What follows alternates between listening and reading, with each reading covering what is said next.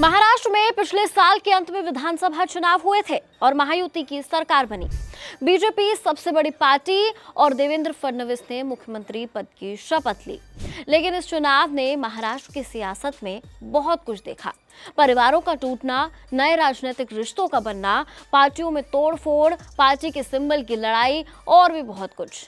लेकिन मौसम में बढ़ती तपिश के बाद लगता है कि महाराष्ट्र के पुराने सियासी घरानों में खून के रिश्तों में भी गर्माहट आने लगी है। ऐसा इसीलिए क्योंकि दो बड़े सियासी घरानों के फिर से मिलने की खबरें सुर्खियां बनाने लगी हैं। चाचा से भतीजे का मिलन और भाई से भाई के जुड़ते रिश्ते। महाराष्ट्र में उद्धव ठाकरे और राज ठाकरे के साथ आने की अटकलों के बीच अब शरद पवार, अजीत पवार के भी एक साथ होने की चर्चा जोर पकड़ रही है। शिवसेना, यूबीटी और एमएनएस के एक साथ आने के बारे में ठाकरे भाइयों के बयान के बाद अब एनसीपी, एसपी के विधायक और शरद पवार के पोते रोहित पवार ने स्टैंड लिया है कि मराठी के मुद्दे पर दोनों राष्ट्रवादी पार्टियों को एक साथ आना चाहिए। गौर करने वाली बात यह है कि पिछले 10 से 15 दिनों से दोनों पवार विभिन्न कार्यक्रमों के लिए एक साथ आ रहे हैं। शरद पवार और अजीत पवार सोमवार को पुणे में एक बैठक के लिए भी एक साथ आए। पुणे के शुगर कॉम्प्लेक्स में एआई से संबंधित बैठक के बाद वसंतदादा शुगर इंस्टीट्यूट के कामकाज से संबंध में एक बैठक हुई। इस बैठक में शरद पवार, अजीत पवार और वीएसआई के पदाधिकारी मौजूद रहे।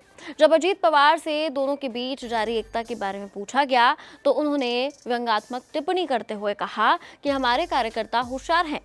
लेकिन पवार परिवार में वास्तव में क्या चल रहा है? अजीत पवार और शरद पवार के बढ़ते मेलजोल से दो संभावनाएं सामने आती हैं और इससे सबसे ज्यादा असर पड़ेगा देवेंद्र फडणवीस पर। या तो ये मेलजोल फडणवीस और बीजेपी को सत्ता में कमजोर कर देगा या शायद ताकत दुगनी कर दे। पहली संभावना ये है कि अजीत पवार शरद पवार को महायुति में ले आए। ऐसा करने से महायुति, खासकर बीजेपी के खिलाफ विपक्ष और कमजोर हो जाएगा।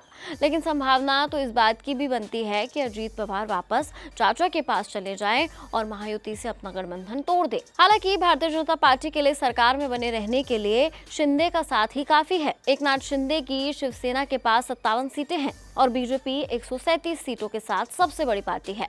दोनों पार्टियों की सीट ही महाराष्ट्र में मेजॉरिटी मार्क को पार कर लेती हैं। ऐसे में अजीत पवार भी जानते हैं कि भले ही उनके पास 41 सीटें हों, लेकिन वो कोई बड़ा बदलाव नहीं कर पाएंगे।